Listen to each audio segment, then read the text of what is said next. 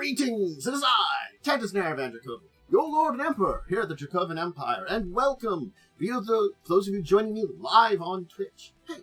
And for those of you joining me on a little later on YouTube, also hey.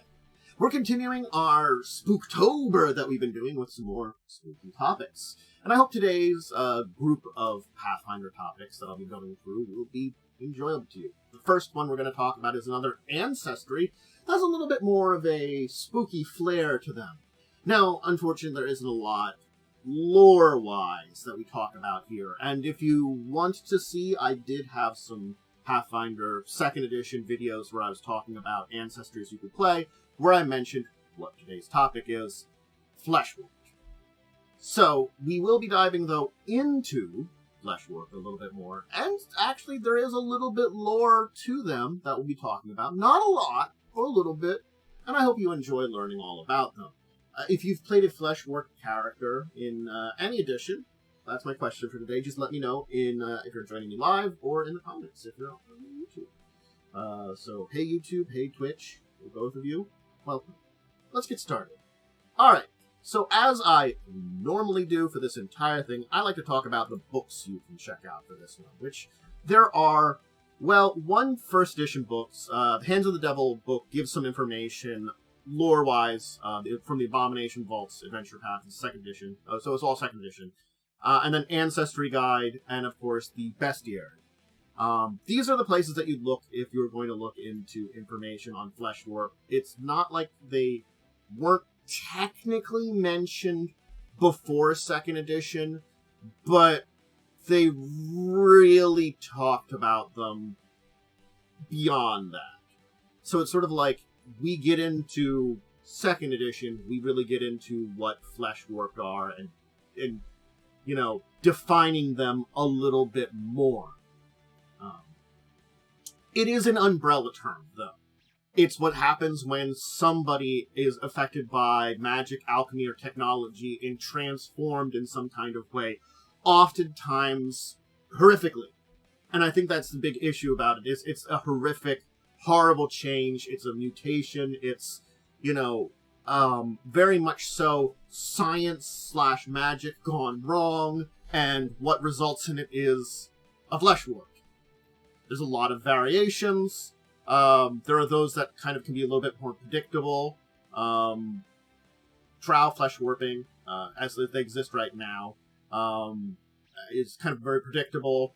Non-humanoid forms, depending on the species for the subject. For example, their process changes drows into driders. Other humanoid Fleshwarps just are mismatched.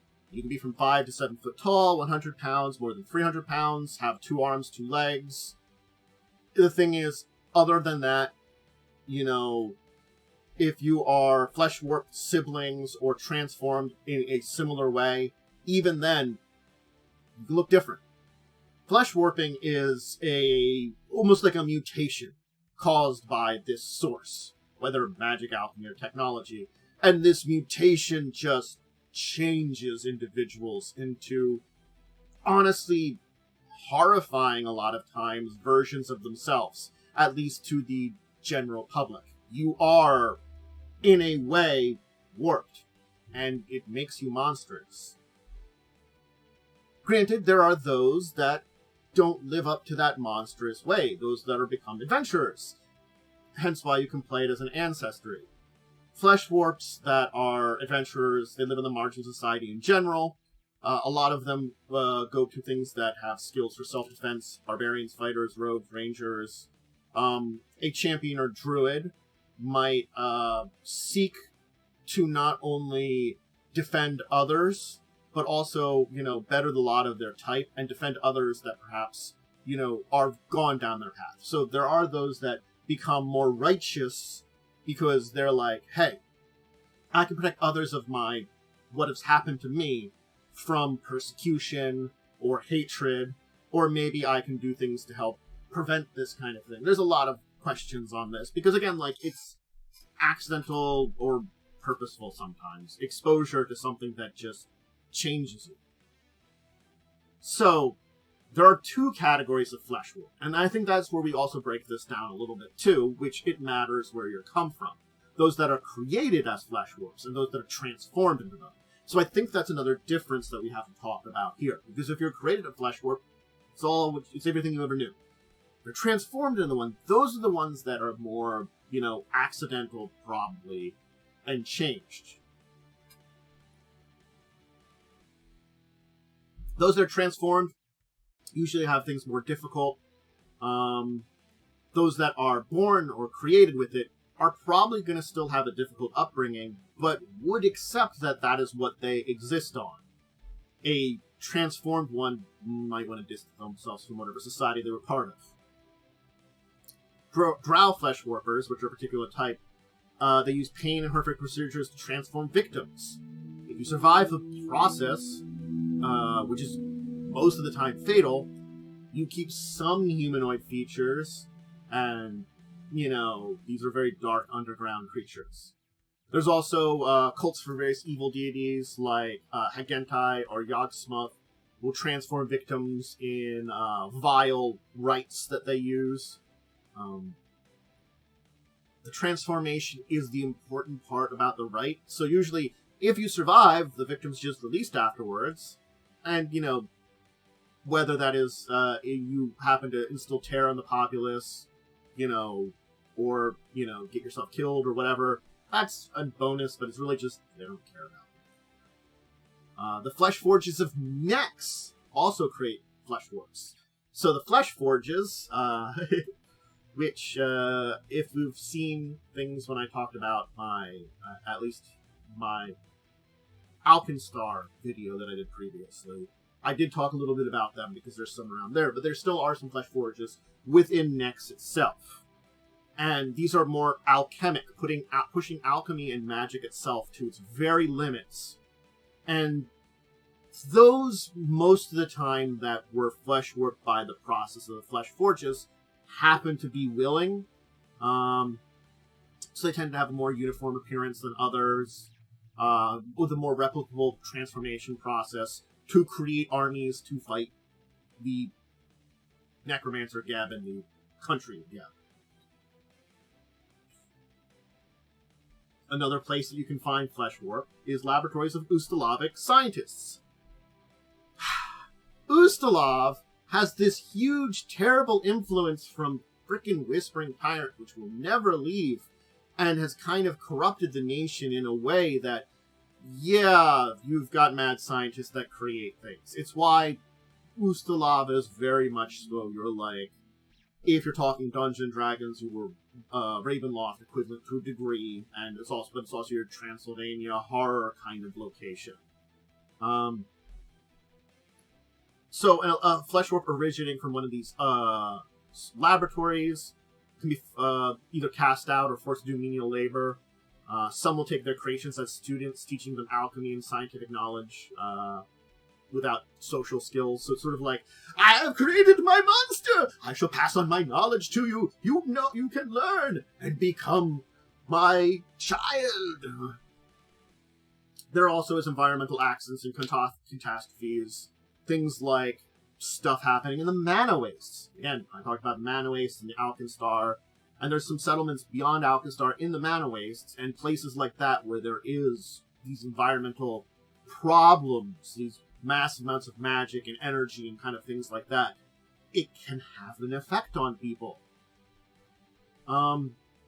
In the Age of Legends, a long time ago, in the ancient empires, before Earthfall and everything went to crap, Thessalonian wizards and alchemists, some of them were also flesh warpers, and they used sigils to imbue magic into flesh and create creatures from scratch. This knowledge was thought to be lost. It happened to appear in creatures known as sin spawn or flesh drags, but Thassalon has reemerged, and some recent discoveries in Thassalon ruins, so there has been a revival to sin magic versions of flesh warping. So that's more similar to your drow flesh warpers who do it also. And then, of course, in Numeria, if you are foolish enough or desperate enough to drink the foul eldritch fluids in the area, that will turn you into a flesh warp.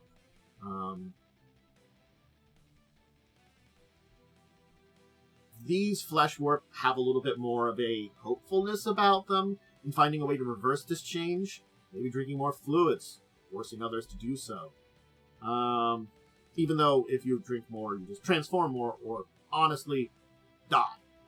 But we'll talk about Maria and Nyx in the future. But honestly, you can see there is this tone of one becomes a flesh warp very rarely on purpose. Granted, like the flesh forges, they aren't used anymore. They were used during the war with Gex, or I'm sorry, Geb. It's a Gex. I find Geb and Nyx there for a second. It's also a Geb. In Nyx, they were used more voluntarily, but not really much anymore. So now it's really more insane, villainous people that tend to kind of do things, or people that tend to be towards more the evil kind of side of things, or, again, sometimes accidents. But that's where our flesh warped come from a lot of times. So, there aren't a lot of flesh warped, and that's a big thing about them.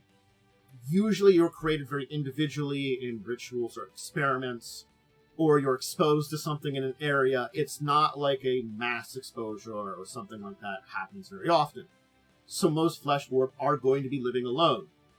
They could also be in small family groups if one group was assembled, or perhaps if they're in an area where they can have larger societies, they can find themselves at the fringes of communities, and when they do, they just try to find something to do within those societies or those places that they live in they keep out of contact with people.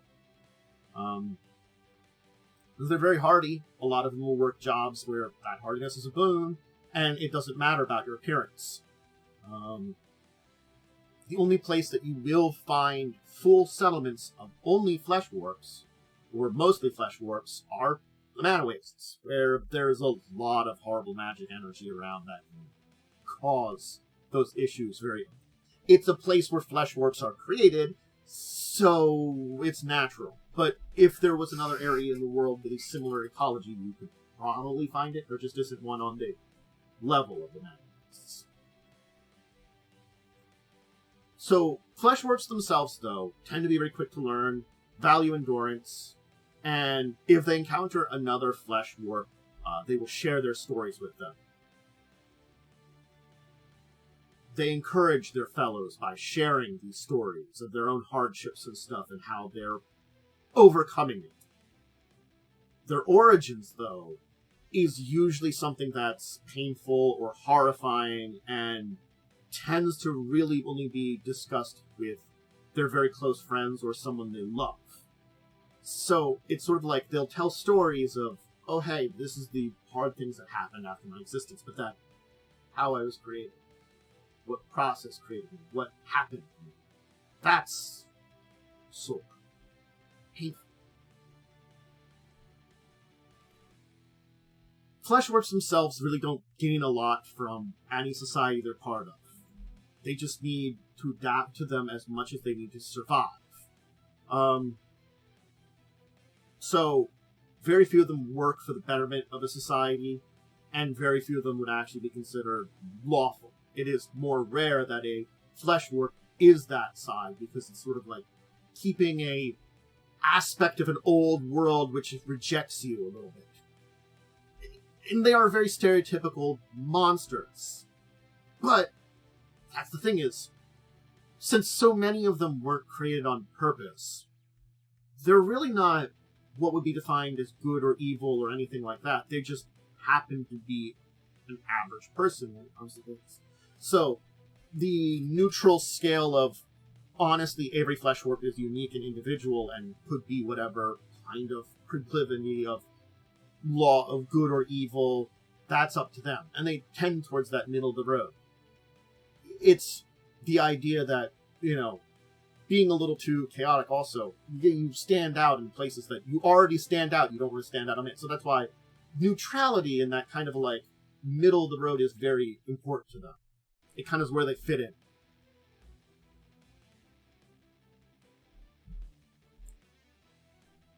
Neighbors can come to accept a Fleshwarp. And basically, point out when someone that's an outsider is, making a big deal of this monster. Especially if that Fleshwarp, honestly, is just a hardworking person that stays out of the way and does their job. But the thing is, they still have that appearance that's very monstrous, so something strange or dangerous coming on could change feelings very quickly. It's the problem that they're a very good scapegoat for negative emotions. That's unfortunately there.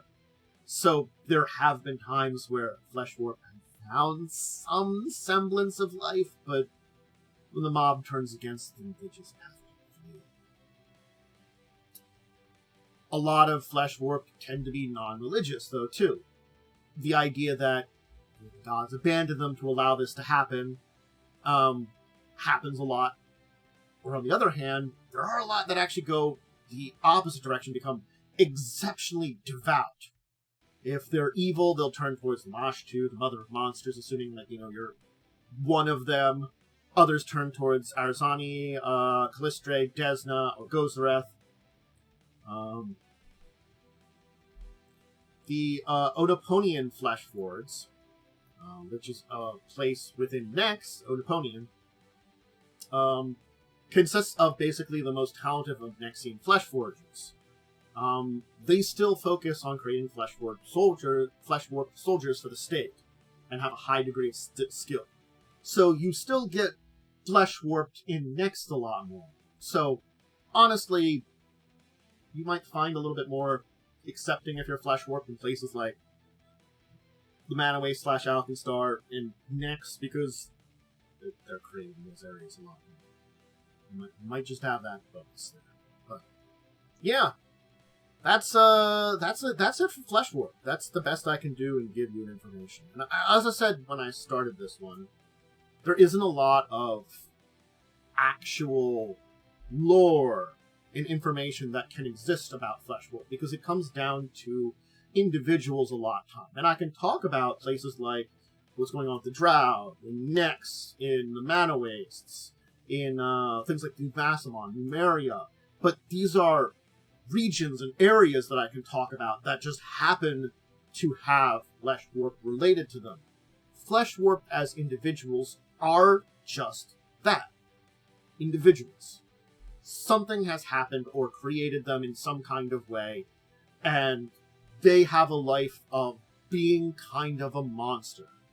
And what that means for them, whether they are very accepting of it, resisting of it, where they deny it, how that has damaged them or not damaged them, is entirely up to the individual, whether NPC or PC. And I think that's where the Fleshwarp story is very unique in comparison to a lot of other ancestries out there, a lot of other species on Golarion. A lot of other ones will most likely have a little bit of their own society and maybe or culture and way of doing things, and then kind of mix in with whatever local culture to agree is to kind of put this middle ground. But Fleshwarped, even they don't really connect up with that local culture the same way. They are always going to be an outsider. There are so few places that is not true in the entire planet of Golarion. I pointed out the two countries, the Mana Wastes and Nex. Those are really the only two places. Maybe being a Fleshwarped and being an individual isn't something that is seen as mostly a negative. Even if you're accepted by your neighbors and the locals, you are still a monster. You're the friendly monster in their eyes. It's the unfortunate part about being kind of changed and mutated in this horrible way. Again, oftentimes without your choice. Again, whether you're created or by transformed, that's not by choice. It never is. If you were born into it where you're this kind of strange creature that's not natural, or you were transformed by some kind of disease, either way, not by choice. And yeah, one group lives with it better than the other in a way, but it's just so unfortunate for them that they are on the fringes so much because of this. And the strength of character of your average Fleshwarped and the ability to manage yourself and figure out how to way to survive and maybe not thrive, but to always strive to thrive and survive. A little rhyming there. I think that's the way you look at it. It's that strength of not only body, but to a degree, character that many Fleshwarped find themselves in. That a lot of them, because they have the strength of body and the strength of endurance, it allows them to find strength of will. And that's impressive. I hope you enjoyed today.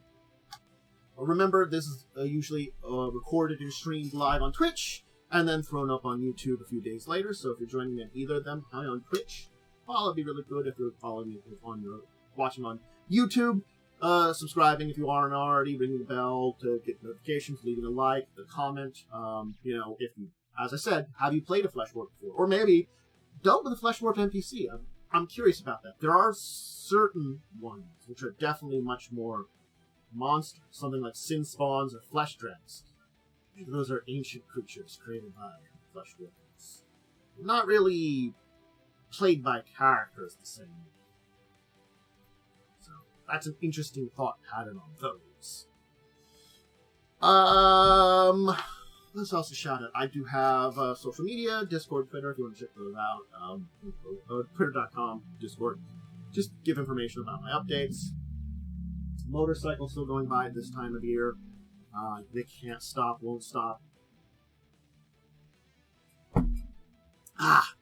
Keep that throat well for speaking to all you. I think that's all the main shout-outs. I gotta be honest, I try to remember it all, but my brain is just a little off here. The passion I try to give all of you is my big thing about this. I love the lore of these things. And even on this, something that like this, where we don't have a lot of lore, I want to share it. So, I'm going to say farewell for now. If you're joining me still live, I usually do a couple of these on every Thursday. So if you want to check live on Twitch, that's Tuesdays, Thursdays, Saturdays, Tuesdays, Thursdays, afternoon, Saturdays, late morning, and then, they go up on YouTube days later. So that's the basic schedule. I do other tabletop stuff, discuss tabletop Saturdays in the evening, usually some live shows, and then I do some games. Hey, it's the spooky season, spooky games and stuff. But until later on, until next time, until we talk more about things in the Pathfinder world, in Golarion, I bid all of you out there a wonderful farewell.